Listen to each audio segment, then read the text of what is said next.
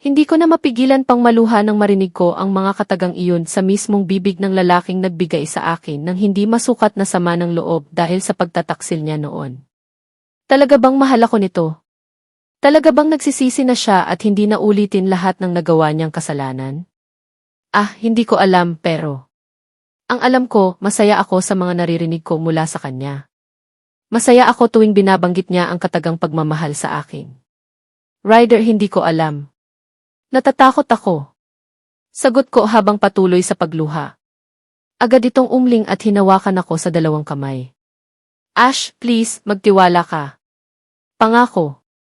Hinding-hindi mo na nararanasan pa ang mga naranasan mo noon sa mga kamay ko. Mamahalin kita ng buong puso.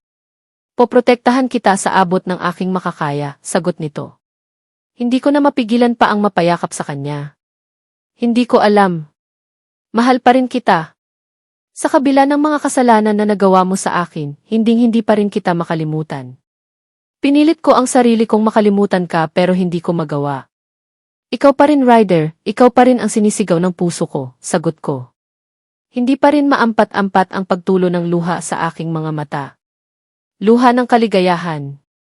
Masayang-masaya ako. Pakiramdam ko bigla akong nagkaroon ng lakas para muling harapin lahat ng pasubok na posibleng dumating sa aming buhay. Mahal na mahal din kita, Ash. Alam kong mahirap paniwalaan pero iyan ang nararamdaman ko. Masyado lang talaga akong marupok noon. Mabilis akong nagpadala sa tukso. Pero pangako, last na iyon. Hindi ko na ulitin, mahal. Hinding-hindi ko kayang mawala ka ulit sa akin, sagot nito kasabay ng paghalik sa labi ko. Malugod ko naman itong tinugon. Papa, akala ko ba itutor mo kami ni Mama sa loob? Sabay pa kaming natigilan ng biglang magsalita si Charles sa tabi namin. Hindi man lang namin napansin ang muling paglapit nito. Anak naman, alam mong nag-uusap pa kami ng mama mo sagot naman ni Ryder at kinunutan pa ng noo ang anak. Natawa naman si Charles. Halata naman na inaasar lang nito ang ama. Umawat na ako baka lalo lang mapikon si Ryder sa anak. Tama na nga iyan. Para kayong hindi mag-ama kung umasta sa isa't isa Itor mo na nga pala kami. Titingnan ko muna ang loob ng bahay na iyan bago ako mag-decide kung titira ba talaga kami dito o hindi. Pagbibiro kong sagot. Natigilan naman si Ryder. Seryoso akong tinitigan. Hindi mo gusto, tanong nito. Baka sanglungkot sa kanyang mga mata. Wala pa akong sinabi na hindi ko gusto. Sabi ko i-check ko muna kung pasado sa panlasa ko. Sagot ko diso, hindi mo nga gusto, muling tanong nito. Ay, ang kulit ng asawa ko. Ibang-iba na nga talaga ngayon si Ryder. Ang laki na ng ipinagbago nito. Siyempre, gusto. Ang laki kaya ng lugar. Ang lakas makafeling mayaman, pagbibiro ko ulit na sagot. Agad ko naman narinig ang malakas na pagtawa ni Charles. Papa naman, masyadong seryoso Sige na itor mo na kani. Gusto ko nang makita ang magiging kwartogi, sagot ni Charles at nauna na itong naglakad papasok sa loob ng bahay. Hawak kamay naman kaming napasunod ni Ryder dito.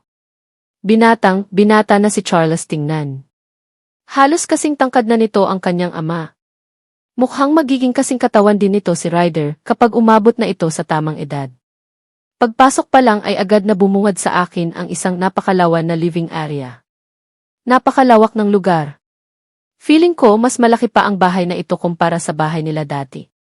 Hindi lang ako sure pero napakaaliwalas ng paligid. Siguro dahil sa kulay at maraming ilaw. Dagdagan pa ang nagkalat na mga magagandang display sa paligid. Saka nakita ito sa kitchen at sa ibang parte ng bahay. Diretso na tayo sa kwarto, pagyaya ni Ryder sabay hila sa akin. Nasaan nga pala si Charles, tanong ko. Bigla na lang kasi itong nawala pagkapasok namin. Sa lawak ng bahay baka nga hindi kami magkakandakita kaagad. Hayaan mo siya. Malaki na ang anak mo para hanapin. Nasa paligid lang iyon, sagot nito at agad akong hinila paakyat ng hagdan. Hagdan palang mukhang millions na ang ginastos ni Ryder dito. Saglit lang, bakit sa kwarto ka agad? Pwede naman sa garden muna at sa paligid ng bahay, sagot ko. Natawa ito. Mas maganda doon sa kwarto pagkatapos natin doon saka natin ikutin ang buong bahay, pilyong iti nito. Iiling-iling naman akong napatitig sa kanya. Ang weird na talaga niya. No. Gusto kong makita muna ang buong kabahayan bago ang ivarto na iyan, sagot ko. Kakamot-kanmot naman ng ulo ito na akala mo na talk sa sabong. Hindi man niya masabi pero alam-alam ko ang tumatakbo sa isip nito. Si Ryder pa ba naman? Katulad ng inaasahan ang laki din ng kusina. Pang world class ang datingan. Hindi ko lang ma-imagine kung ilang milyon ang ginagastos ni Ryder sa pagpapatayo ng bahay na ito. Napansin kong kumpleto na sa mga gamit at talgang titirhan na lang. Iyon nga lang, duda pa rin ako kung may nadala na itong babae sa lugar na ito. Sa pagiging babaero ba naman ito, baka isa itong bahay na ito ang ginagawa niyang motel. Ayaw ko talaga kung ganoon. Mas gustuhin ko pang tumira ng kondo. At least doon walang ibang nakakaapak kundi kami-kami lang. Hindi ko maiwasang mamangha habang nakatanaw sa malinis na tubig ng swimming pool. Ito yata ang pinakagusto kong spot sa bahay na ito. So, nagustuhan mo ba? May mga gusto ka bang ipabago? Tanong nito habang nakayakap sa akin. Ang ganda. Sana lang wala kang ibang babae na dinala sa bahay na ito, sagot ko. Napalis ang masayang ngiti sa labi ni Tol. Bigla itong naging seryoso't Ash, babaero lang ako, pero hindi ako sinungaling, seryoso nitong sagot. Bakas din ang lungkot sa boses nito, kaya hindi ko maiwasan na makaramdam ng konsensya. Sorry, naninigurado lang ako, sagot ko naman. Marahan itong napabuntong hininga at tinitigan ako. Walang ibang babae ang nakapunta sa lugar na ito kundi ikaw lang. Pinatayo ko ang bahay na ito para sa iyo, ayaw ko na din na muli kang ibalik sa dating bahay natin. Maraming mga mapait na alaala ang nakaukit sa lugar na iyon at ayaw ko nang balikan pa. Hanggat maari gusto kong makalimutan mo lahat ng mga masasakit na nangyari sa atin, lalong-lalo na ang pagtataksil ko sa iyo, Ash. Gusto kong dito tayo tumira. Magsisimula ulit tayo. Pupunuin natin ng masasayang alaala ang lugar na ito. Puro masasaya lang. Pangako hindi na mangyayari ulit ang mga nangyari na noon. Hindi na kita sasaktan pa ulit, Ash. Magtiwala ka sana sa akin ulit, puno ng pakikusap ang boses na wika nito. Muli akong naluha. Ramdam ko ang sinseridad sa boses nito. Ryder, thank you. Aminado akong hindi ganoon kabilis makalimot. Lalo na at kapatid ko ang involved. Pero tao lang din ako, ayaw kong habang buhay na may mararamdaman na puot sa puso ko. Gusto ko din ipadaramdam kay Charles na mayroon siyang asaya at kumpletong pamilya, sagot ko. I know. At huwag kang mag-alala, handa kong harapin lahat ng kaparusahan sa lahat ng mga kasalanan na nagawa ay zero. Ang tungkol naman kay Natalia, simula nang nawala ka, itinigil ko na din ang lahat sa amin.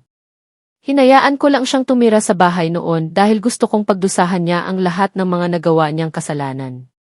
Kapatid mo nga siya pero tinangka kanyang patayin, Ash.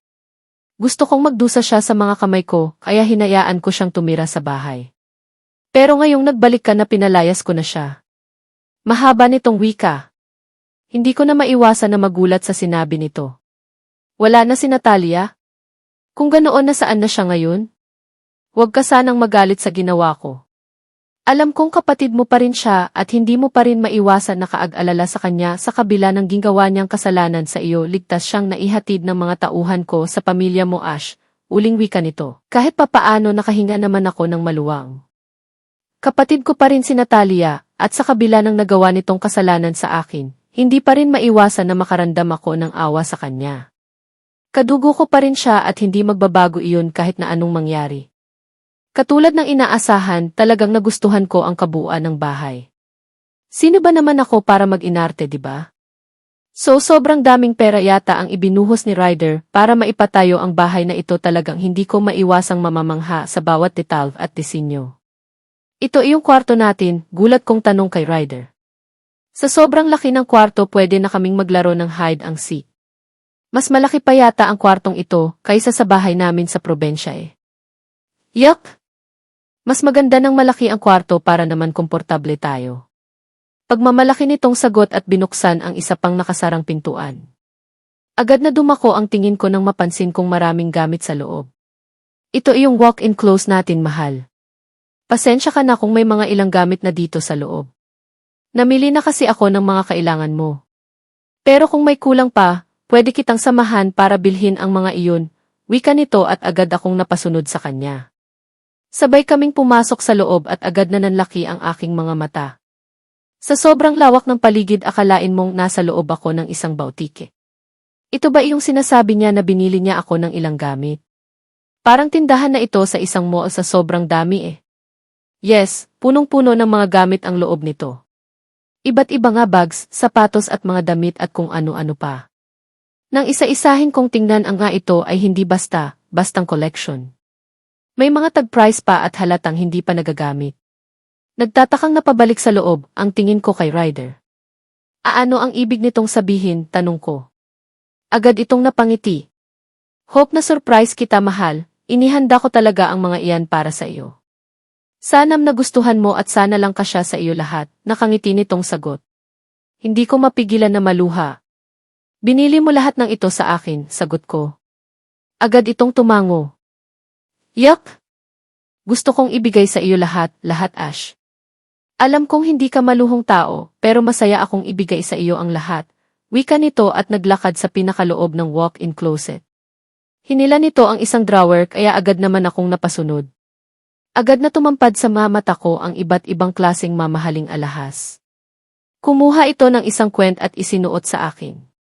Lalong tumulo ang luha sa aking mga mata dahil dinampian niya pa ng halik ang liig ko pagkatapos niyang maisuot iyon. Perfect, malambing nitong wika. Hindi naman ako nakasagot. Pakiramdam ko sobrang sikip ng dibdib ko dahil sa hindi makapaniwalang sorpresa nito. Narealize ko na noong magkasama pa tayo, hindi man lang kita nabilhan ng mga ganitong bagay Ash, gayong kaya ko naman sanang i-provide lahat. Bumabawi na akong yaon. Ano man ang mga bagay na nandito sa lugar na ito ay para sa iyo. Binili para sa iyo, wika nito, pero Ryder, ang dami nito. Hay, hindi ko kailangan ang mga iyan. Hindi ka dapat gumastos ng ganito kalaki para sa mga gamit na iyan, sagot ko. I know. Pero isa ito sa paraan ko para kahit papaano gumaan ang dibdib ko Ash. Kahit man lang sa ganitong paraan makabawi man lang ako sa lahat ng pagkukulang ko, sagot nito. Lalo tuloy akong napaiyak. Ryder, hindi ko alam kung ano pa ang masasabi ko sa lahat ng ito. Patawad sa mga taon na hindi tayo magkasama. Kasalanan ko din siguro ang lahat. Kung hindi ako nagkasakit hindi sana nangyari ang lahat ng gulo na ito sa buhay natin, sagot ko kasabay ng pag-iyak. No. Wala kang kasalanan Ash. Biktima ka lang din sa pagiging marupok ko pagdating sa mga babae.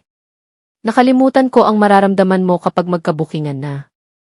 Kaya please, wag mong sisihin ang sarili mo. Wala kang kasalanan. Kahit kailan, hindi mo kasalanan ang lahat, hindi mo kasalanan kung bakit ka dinapuan ng malubhang salkit, sagot nito kasabay ng mahigpit na pagyakap sa akin. Lalo naman akong napahagulhol ng iyak. It's okay. It's okay. Simula ngayon itutuwid ko na lahat ng mga pagkakamali ko. Huwag ka lang muling mawala sa akin, wika nito Ryder, pangako, nandito lang ako sa tabi mo. Pipilitin kong kalimutan ang lahat ng mga nasasalimuot na nangyari sa atin noon. Magsimula tayo ulit. Kasama si Charles, sagot ko kasabay ng pagtulo ng luha sa mga mata. Luha ng kaligayahan. Salamat mahal ko, sagot nito at agad akong hinalikan sa labi. Malugod ko namang tinugon iyon. Mag-umpisa na naman sana itong maging mapusok ng pigilan ko ito. Marami pa kaming gagawin ngayong araw. Hindi pwede ang iniisip nito. Hindi pwedeng kalimutan na naghihintay sa amin si Charles. Ryder, teka lang di. Wika ko sabay kala sa kanya. Ay, tanong nito, kitang-kita ko ang pagnanasa sa mukha nito. Mukhang tama ang inisip ko. Gusto na naman ako nitong angkinin. Hindi pwede iyang tumatakbo sa utak mo. Hindi ba't mamamasyal pa tayo sa Tagaytay? Naghihintay sa atin si Charles, kaya hindi tayo pwedeng magatagal dito sa kwarto, sagot ko. Agad kong napansin ang paglungkod ng aura nito. Para itong batang inagawa ng candy. Hindi ko tuloy maiwasan na matawa. Nakahiya sa anak mo. Ito ang unang pagkakataon na magbonding tayo bilang isang buong pamilya, kaya umayos ka, muli kong wika at naglakad palabas ng walk-in closet. Agad naman itong napasunod sa akin. Ash, bilisan lang natin. Siguro abala pa si Charles sa kakaikot sa paligid, jeep nito. Tinaasan ko lang ito ng kilay. Hindi nga pwede. Hindi pa nakakabawi ang katawan ko sa mga pinanggagawa mo kagabi, pagdadahilan ko. Pwede ko naman talaga itong pagbigyan, pero knowing Ryder, baka tuluyang hindi kami makapamasyal kapag magpadala ako sa nararamdaman nito. Nakakahiya naman kay Charles. Excited pa naman ang bata. Okay, pero dito tayo tutuloy mamaya pagkatapos mamasyal ha? Simula ngayon dito na kayo titira, sagot nito. Natigilan ako. Paano ang mga gamit namin, tanong ko. Saglit itong nag-isip at muling nagsalita. Akin na ang susi ng unit. Ipapahakot ko na lang sa mga tauhan ko, sagot nito. Agad akong umiling, gusto kong ako misino ang magligpit ng mga gamit ko. Nope. Gusto ko ako mismo ang magligpit ng mga iyon. Marami akong mga importanteng gamit at baka masira ang iba kapag ipaubay ko sa iba ang pag-aayos ng mga iyon, sagot ko. Muli itong napabuntong hininga bago sumagot. Okay. Kung ano ang gusto ng mahal ko, walang problema, sagot nito at inakbayan pa ako. Sabay na kaming bumaba ng hagdan pagkatapos lumabas ng mansion. Yes, mansion ang lugar na ito dahil sa sobrang lawak ng paligid. Hindi ko pa nga naikot ang bawat sulok nito Ang laki talaga ng lugar na ito, Ryder. Teka lang, dito na din ba titira si Lalo Agataha? Tanong ko nang biglang sumagi sa isip ko si Lola. Don't know, kahit siya hindi alam ang tungkol sa lugar na ito. Let's see. Siguro papayag iyon kung ikaw mismo ang magyaya sa kanya, nakangiti nitong sagot. Pero sa bahay na iyon siya tumanda. Baka hindi siya papayag, malungkot kong sagot. Kung tutuusin, ayos lang naman sa akin ang bahay na iyon, kaya lang sa dami ng mga pahirap na naranasan ko sa bahay na iyon, baka hindi din kami maging masaya. Baka palagi ko lang maalala ang lahat ng mga kataksilan na ginawa nito sa akin noon. Tingnan na lang natin, mahal. Malay mo naman 'di ba, sagot nito. Hindi na ako nakaimik pa. Nasaan nga pala si Charles? Tanong ko habang inililibot ang tingin sa paligid. Baka nasa kwarto. Iyon nga lang, sa dami ng kwarto ng mansion na ito, hindi ko pala alam kung alin sa mga iyon ang napili nito. Sabay pa kaming napalingon ni Ryder nang may narinig kaming talsikan ng tubig mula sa pool. Agad kaming naglakad papunta doon at tumampad sa paningin namin ang nag-enjoy na si Charles. Mukhang hindi na nito napigilan ang sarili na magtampisao sa malinaw na tubig ng pool. Charles, sigaw ko. Agad itong napalingon sa amin na may masayang ngiti sa labi. Ang tagal niyo po kasi. Tutuloy pa po ba tayo ng Tagaytay? Tanong nito. Agad naman kaming nagkatinginan ni Ryder. Kitang-kita ko ang naglalarong ngiti sa labi nito. Katulad ng inaasahan, hindi nga kami natuloy sa pamanasyal sa Tagaytay. Nag-decide na lang kaming magstay ng mansion dahil mukhang nag-enjoy naman si Charles sa kakaswimming. Nagpasya na lang akong ipagluto ng merienda ang mag-ama ko dahil may mga stocks ng pagkain na din naman ang kusina. Mukhang pinaghandaan na ni Ryder ang lahat. Mabuti na din kung ganoon para less hassle na sa aming lahat. Sigurado ka na ba, mahal? Tanong ni Ryder. Magkaharap kami dito sa garden habang kinakain ang merienda na niluto ko kanina. Pancake with fresh juice. Bigla ko na lang kasi naisip sila nanay at tatay. Ang alam nila patay na ako at nagigilty ako. Actually, pakana naman talaga lahat ito ni Lorenzo dahil wala naman akong malay ng mga sandaling iyon. Gayunpaman ipinagpasalamat ko ang lahat ng kanyang ginawa dahil nakaligtas ako sa kapahamakan. Nailigtas niya ako sa mga kamay ni Natalia, mahaba kong wika na hindi maiwasan na makaramdam ng lungkot nang muling maalala ko ang mga nangyari noon. Kung ganoon sasamahan kita. Hindi ako papayag na mag-isa kang pumunta doon, mahal. Nandoon si Natalia at baka kung anong gawin niya sa iyo, sagot nito. Saglit akong natigilan. Nga pala, nasa probensya na si Natalia. Maaring sa mga sandaling ito alam na nila nanay at tatay ang tungkol sa akin. Wala akong choice kundi harapin siya, Ryder. Gusto ko ng matapsero ang lahat ng ito. Pagod na din ako at gusto ko ng katahimikan, sagot ko. Sandali itong natigilan sa katumango. Kailan mo gusto dumalaw sa kanila? Sagot nito. Saglit akong nag-isip bago sumagot. Sa makalawa sana, sagot ko. Okay. Kung ganoon cancel ko lahat ng mga appointment ko para masamahan ka, sagot nito. Agad akong umiling, Ryder, kaya ko naman Hayaan mo na. Maayos na ang kalagayan ko. Siguro naman hindi ako sasaktan ng mga magulang ko, sagot ko. Agad itong umiling. No, Ash. Gusto ko rin makausap ang mga magulang mo. Gusto kong humingi ng tawad sa mga nangyari. Ako ang dahilan ng gulong ito, kaya naman dapat lang naharapir ko, sagot nito. Sige, kung gusto mo talaga wala na akong magagawa pa. For the meantime gusto kong dalawin muna si Lola Agatha, sagot ko. Sure, tiyak na matutuwa si Lola kapag malaman niyang nagkabalikan na tayo. Sagot nito. Pagkatapos sininyasan nito si Charles. Pinapaahon na nito sa pool. Ngayon na ba agad tayo pupunta sa bahay niyo? Tanong ko. Agad itong tumango. Maaga pa naman. Isa pa much better kung doon na tayo kakain ng dinner. Wala pa tayong mga kasambahay dito para mag-asikaso sa lahat ng kailangan natin. Napapakamot sa ulo nitong wika. Hindi ko naman mapigilan ang matawa. Nga pala. Wala kaming inabutan na kahit isang tao sa bahay na ite, walang pwedeng utusan at sa laki ng bahay, kailangan talaga namin ang mga kasambahay para makatulong sa maintain ang kaayusan ng mansion. Pagkatapos makapagbanlaw ni Charles ay agad kaming bumiyahe pa uwi ng bahay. Katulad ng inaasahan, tuwang-tuwa si Lola Agatha sa pagsulubong sa amin. Ilang beses nitong pinuri si Ryder dahil daw hindi ako tinantanan hangat hindi ako muling bumalik dito sa bahay. Magpapaluto ako ng mga paborito mong pagkain, Ashley. Mabuti naman at ayos na kayo. Hayaan mo, iha, kapag magluko pa ulit ang apo ko, ako na mismo ang magpaparusa sa kanya, nakangiting wika ni Lola Agatha. Hawak pa ako nito sa kamay habang malapad ang ngiti sa labi. Hinayaan naman kami ni Ryder na magkumustuhan ni Lola Agatha. Papanhik daw muna ng kwarto para makapagplit ng damit. Nangako na po si Ryder na hindi niya naulitin sagot ko. Ilang beses niya nang nabanggit sa akin ang bagay na iyan. Kung alam mo lang, Ash, kung gaano siya nagluksa noon. Akala talaga naming lahat patay ka na. Araw-araw pa siyang dumadalaw doon sa mausoleum kung saan nakahimlay iyong jar na inabot ni Enzo noon, wika nito. Hindi ko naman mapigilan na makaramdam ng kilabot.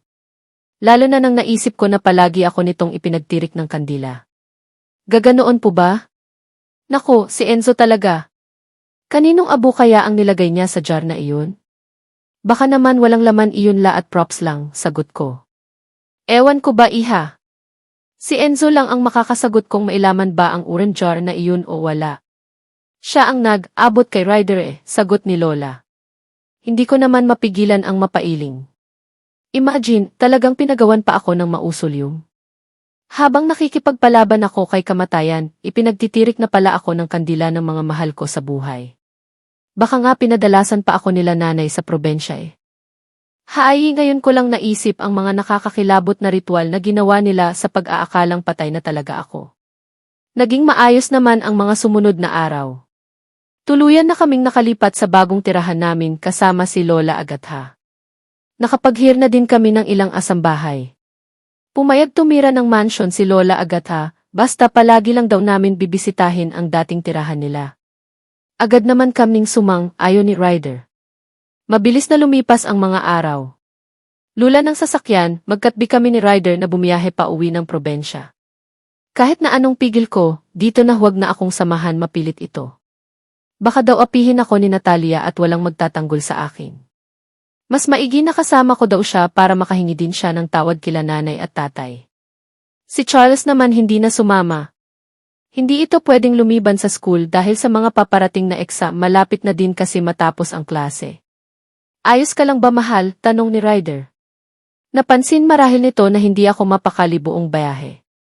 Sa palagay mo, galit kaya sila nanay at tatay sa akin? Tanong ko. Malalaman natin mamaya. Relax lang, mahal, kahit na anong mangyari nandito lang ako sa tabi mo. Handa kitang ipagtanggol kahit kanino, sagot nito sabay yakap sa akin. May kasama kaming driver kaya katabi ko itong naupo dito sa likurang bahagi ng sasakyan. May isa pang sasakyan na nakabuntot sa amin, kung saan lulan ang ilang mga personal bodyguard ni Ryder. Mabilis ang naging bayahe namin. Namalayan ko na lang na nasa tapat na kami ng aming bahay. Nakasilip lang ako sa bintana ng kotse at hindi malaman ang gagawin. Mukhang malaki na din ang ipinagbago ng baryo namin. Napansin ko sa mga nadadaanan namin kanina na nadagdagan ang mga kabahayan at may ilang mga sikat na fast foods chain na din akong mga namataan. Hindi lang pala ang Maynila ang umuunlad. Pati na din ang probensya namin. Nandito na tayo, mahal. Mukhang may tao naman sa loob ng bahay nyo. Bukas ang mga bintana, wika ni Ryder at tinapik pa ako. Muli akong tumitig sa loob ng bakuran is bahay. Malalim akong napabuntong hinga bago nagpa siya na bumaba ng sasakayan. Naglakad na ako papuntang gate habang malakas ang kabog ng dibdib ko. Tahimik naman na nakasunod sa akin si Ryder. Mabuti naman at may doorbell na sa may gate. Agad ko itong pinindot at ilang saglit lang ay bumukas ng ang maindoor ng bahay. Agad na iniluwa si nanay. Agad kong napansin ang bahagyang pagkagulat sa mukha nito nang makita ako. Nabanggit na nga siguro ni Natalia sa kanila na buhay ako. Liban sa pagkagulat, hindi ko man lang nababakasan ng excitement ang mukha ni nanay, Ashley, mahinang wika ni nanay. Hindi ko naman alam kung noon mararamdaman ko. Sa boses at reaksyon nito mukhang hindi ito natuwa na makita ulit ako. Nay, kukumusta po kayo, sagot ko. Sabi ka kung mayakap ito. Sobrang namiss ko sila. Hindi pa rin kasi kami pinagbuksan ng pintuan. Saglit itong tumitig kay Ryder bago ibinaling ang tingin sa akin. Matagal na naming tanggap na patay ka na. Sana hindi ka na lang bumalik, wika nito na may halong diin sa boses. Agad na nanlaki ang mga mata ko sa pagkagulat. Hindi ko na din napigilan ang pag-uunahan sa pagpatak ng luha sa aking mga mata. Hindi ito ang inaasahan ko mula sa kanya. Ang inaasahan ko ay ang mainit nitong pagtangap at yakap mula sa akin. Pero bakit ibang kataga ang lumabas sa bibig nito? Masakit na salita na kahit sinong anak hindi matatangap. Ma, sorry po, sagot ko habang patuloy sa pagtulo ang luha sa aking mga mata. Hindi ko inaasahan na ganito ang magiging reaksyon nito sa muling pagkikita namin. Mas gustuhin pa nilang namatay na lang ako ng tuluyan. Ang sakit noon. Natanggap na namin na wala ka na. Bakit ka pa bumalik? Bakit kailangan pang saktan mo ng ganito ang kapatid mo, Ashley? Muling wika nito, ma, hindi kita maintindihan. Bakit ganito ang mga pinagsasabi mo? Hindi po ba kayo masaya na nagbalik ako? Nabuhay ako, sagot ko habang patuloy sa pagluha. Gusto kong magpaliwanag sa kanila kung bakit kailangan akong itago noon ni Enzo. Pero mukhang sarado na ang isip nito. Mukhang wala na silang time pa para pakinggan ako. Mukhang mas nag-aalala pa sila kay Natalia. Wala na ba akong puwang sa kanila? Wala na ba akong puwang sa pamilya ko na ginawa ko ang lahat para makaahon kami sa hirap? Hindi ko alam. Pero ang alam ko lang nagdurusa ngayon ang kapatid mo dahil sa iyo. Dahil sa lalaking iyan, sagot nito sabay masamang tinitigan si Ryder. Palkiramdam ko lalong nadurog ang puso ko sa mga pinagsasabi ni nanay. Hindi ko akalain na mas kakampihan pa niya si Natalia kaysa sa akin. At ikaw naman lalaki. Ano na, porket bumalik na ang una mong asawa, basta mo na lang itinapon na parang basura si Natalia. Nasaan ang konsensya mo? Galit na wika ni nanay kay Ryder. Ito naman ang kanyang pinagdiskitahan. Nay, ano po ba ang gusto nyo? Gusto nyo bang dalawa kami ni Natalia sa buhay ng asawa ko? Iyon po ba ang gusto nyo? Umiiyak na sagot ko. Hindi ko na kaya pangkimkimin ang sama ng loob na nararamdaman ko ngayon. Hindi kayang tanggapin ng kalooban ko na sa kabila ng mga kasalanan na nagawa ni Natalia sa akin noon, siya pa ang kakampihan nila. Hindi kita pinalaki para sumagot, sagot sa akin ang ganyan, Ashley. Hindi porket ikaw ang nag-aakyat ng pera sa pamamahay na ito, may gana ka ng sagot-sagutin mo ako ng ganyan, galit na wika ni nanay. Naramdaman ko na lang na agad sumayad ang palad nito sa pisngi ko. Sandali akong natulala habang hawak ang nasaktan kong pisngi. Patuloy sa pag-uunahan sa pagtulo ang luha sa aking mga mata. Hindi ako makapaniwala na ganito ang mangyayari. Mainit na yakap ang expect ko mula sa kanila pero iba ang ibinigay niya sa akin. Sampal. Ang sakit. Parang gusto ko na lang umalis sa lugar na ito at magpakalayo-layo na lang. Hindi ko na kayang pakinggan pa ang mga salitang malabas sa bibig ni nanay. Naramdaman ko na lang ang paghawak ni Rafael sa akin. Kinabig ako nito. Pagkatapos seryosong hinarap nito sa nanay. Huwag niyo naman po sanang saktan ng ganito ang anak niyo. Kakagaling niya lang sa sakit at hindi ako papayag na kahit kayo pa ang mga pamilya niya sasaktan niyo siya. Pinagsisisihan ko na lahat ang mga nagawa kong pagkakamali. Hindi na maibabalik pa ang mga nangyari na. Si Ashley ang mas nagdusa sa lahat ng mga kasalanan namin noon ni Natalia. Kung hindi nyo kayang tanggapin si Ashley sa pamilya nyo, ipaubayan nyo na lang siya sa akin. Ako na ang bahal sa kanya. Huwag nyo na lang po siyang saktan dahil hindi ko matatanggap ang bagay na iyon. Huwag na din kayong gumawa pa ng mga bagay na makakalimutan ko na ina po pala kayo ng babaeng pinakamamahal ko di. Alam na alam ni Natalia kung bakit nangyari ang lahat ng iyon. Aminado ako na isang pagkakamali ang lahat. Kaya nga inaayos ko na ngayon eh. Binubuo ko na ulit ang pamilya ko na nasira dahil sa mga kasalanan na nagawa namin ni Natalia noon, mahabang wika ni Ryder. Galit naman ang nakikita ko sa mukha ni nanay. Lalo akong naluha. Hindi. Hindi ko matatanggap na basta mo na lang tinuhog ang magkapatid lalaki ka. Ashley, mamili ka ngayon, kung gusto mong bumalik sa pamilya na ito, hiwalayan mo ang lalaing iyan. Mas lalong masasaktan ang kapatid mo kapag nakita kayong magkasarha, sagot ni Mama. Hindi naman ako makapaniwala. Sa totoo lang hindi ko magagawa iyon. Nag-uumpisa na kaming dalawa ni Ryder na buuhin ang pamilya namin. Bakit kailangan hadlangan ni Natalia iyon? Sino ba siya? Dahil ba naging babae siya ng asawa ko, Nay, maawa ka naman, may anak kami ni Ryder. Kailangan ng apo nyo ang isang kumpletong pamilya, sagot ko. Magagawa ni Natalia iyan. Pwede siyang maging ina ng anak mo. Kung hindi ka sana bumalik hindi masadlak sa kalungkutan ang kapatid mo. Bakit ba kasi hindi ka pa natuluyan? Sayang lang ang luha na iniyak ko sa iyo, gayong buhay ka pa pala, galit na wika ni nanay. Sa pagkakataon na ito halos sumigaw na ito. Kita ko na din ang galit sa kanyang mga mat na siyang first time kong makita sa kanya. Sa loob ng 8 taon, ang dami na palang nagbago.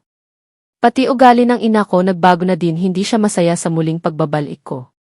Nakatuon ang kanyang atensyon kay Natalia. Si Natalia na minsan ang pinagtangkaan din ang buhay ko noon. Mas gustuhin pa pala nilang namatay na lang ako ng tuluyan. Kung ganoon wala na nga talaga akong puwang sa pamilyang ito. Wala na akong pamilyang babalikan pa. Tuluyan na nila akong nakalimutan. Para sa kanila, isang malaking gulo ang muli kong pagbabalik. Sasanayin ko na lang ba ang sarili ko na mamuhay ng walang kikilalanin ng mga magulang at kapatid? Ito ba ang magiging apalaran ko sa pangalawang buhay na ibinigay sa akin ng Diyos? Ah, ang sakit. Mahirap tanggapin ang lahat. Sa kabila ng mga sakripisyo na ginawa ko noon sa pamilya ko, tuluyan na pala nila akong itinuring na patay. Luz! Ang lakas ng boses mo. Hindi ka na nahiya sa mga kapitbahay, galit naman na sigaw ni tatay.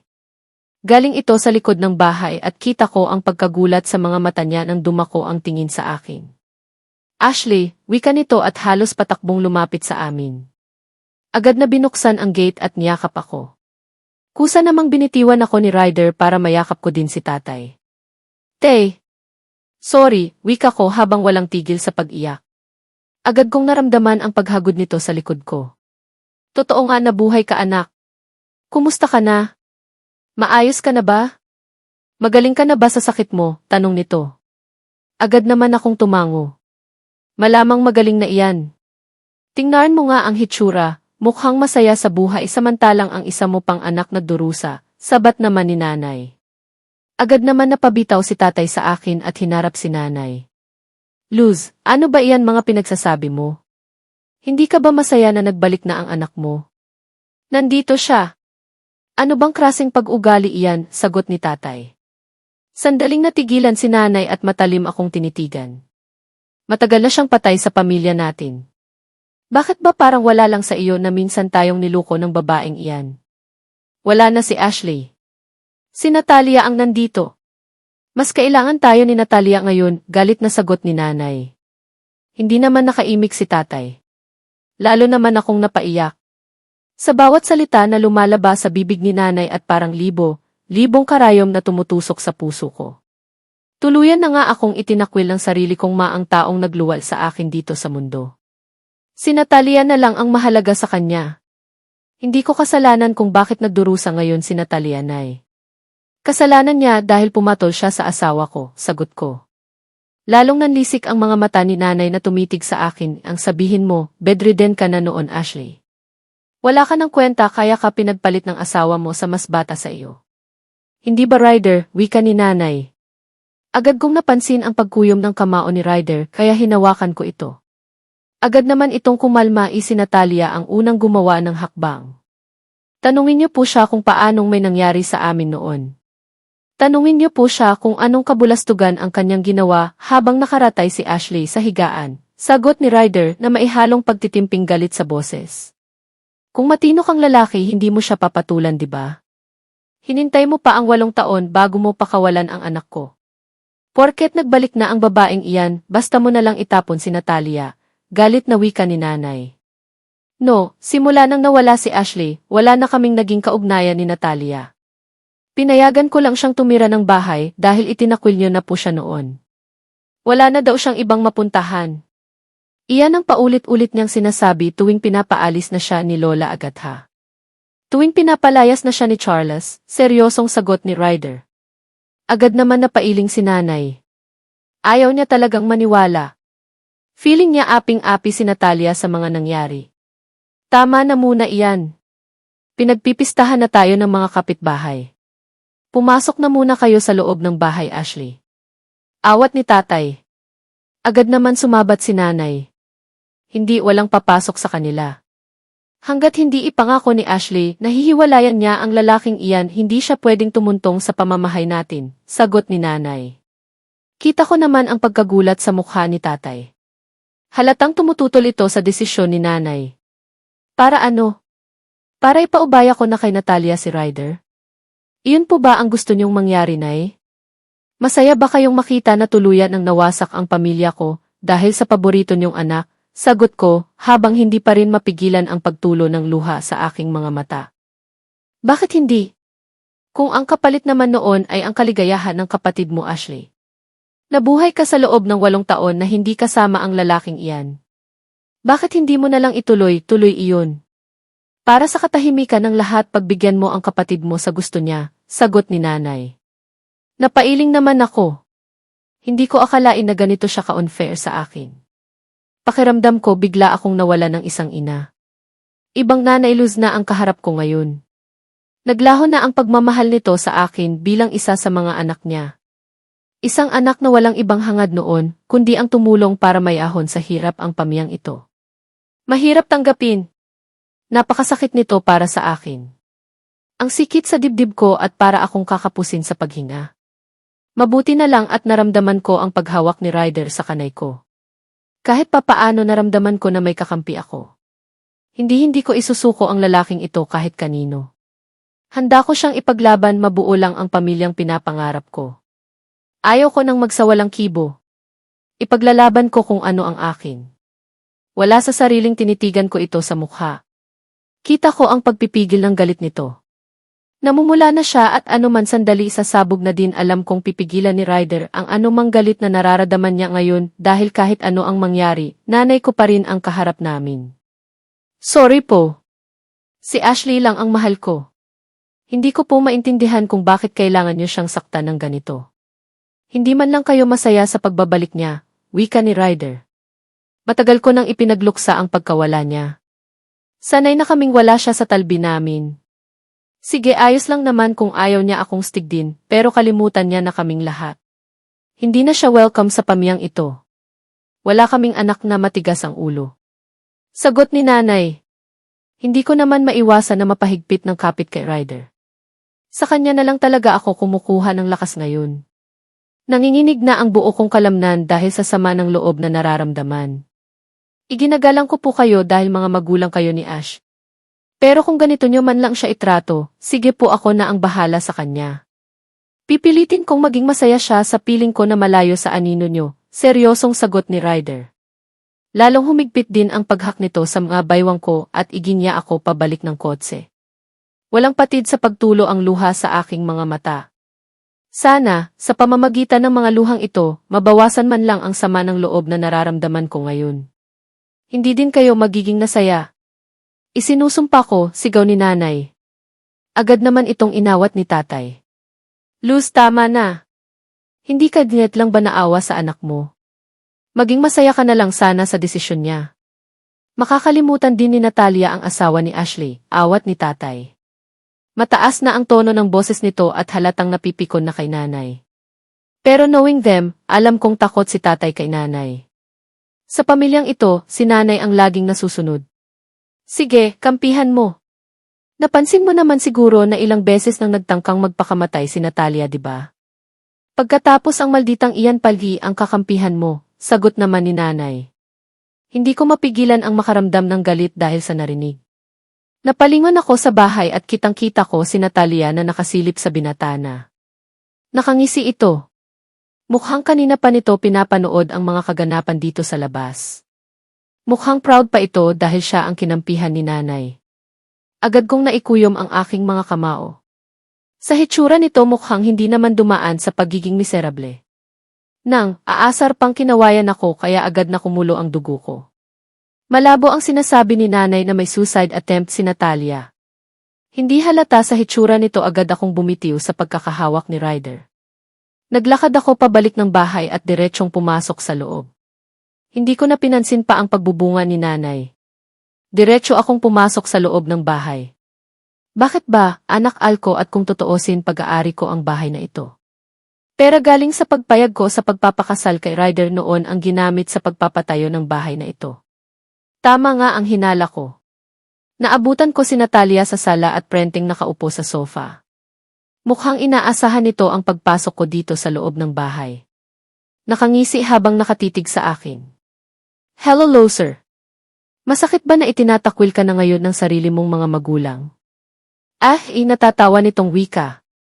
Kita ang uyam sa hitsura nito, hindi na ako nakapagpigil pa at agad itong nilapitan. Sa sobrang galit na nararamdaman ko agad ko itong binigyan ng mag-asawang sampal. Napansin ko ang pagkagulat sa mukha nito dahil sa ginawa ko.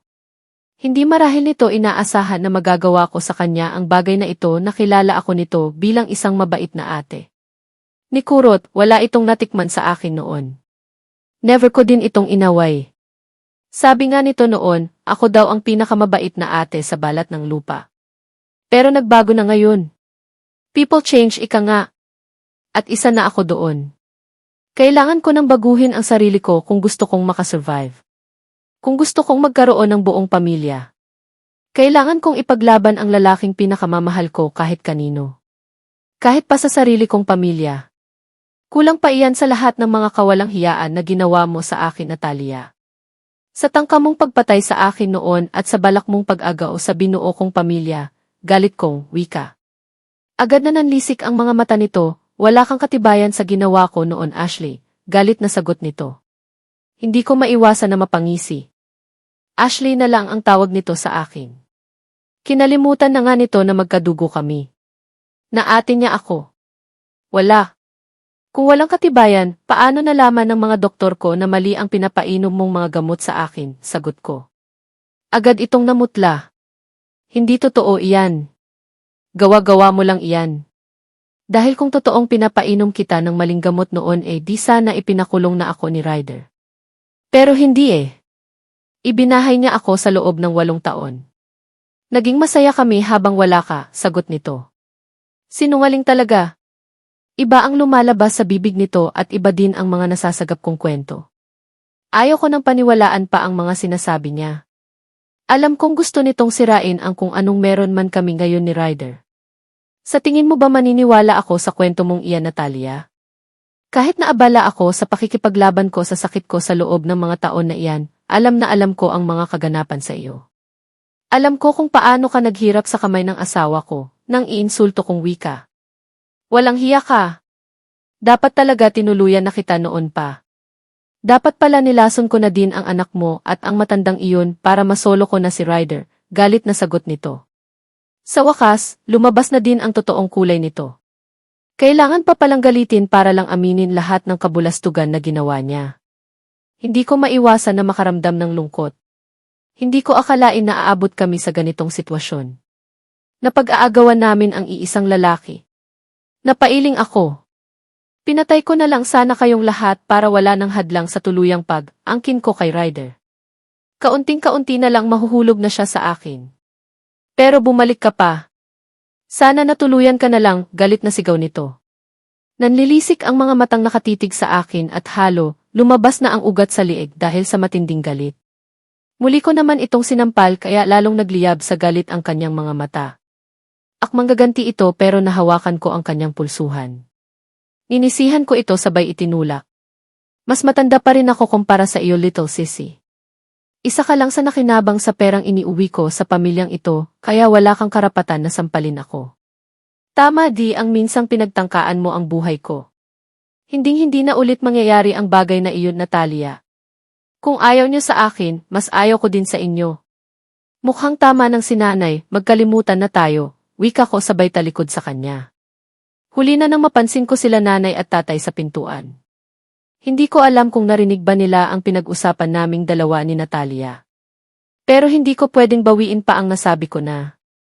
Total, matagal na akong patay para sa kanila. Mukhang paninindigan ko na lang bagay na iyon.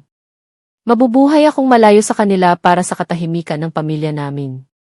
Iyon ang gusto nila at dahil noon pa masunuri na akong anak, ibibigay ko iyon. Lalayo na ako sa kanila at kalimutan na minsan akong naging bahagi ng buhay nila. Hindi ko deserve na masaktan ng ganito ngayon.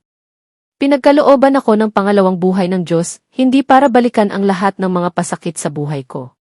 Ayaw ko nang muling balikan ang pagdurusa ko. Gusto kong sulitin ang pangalawang buhay na binigay ng Diyos sa akin.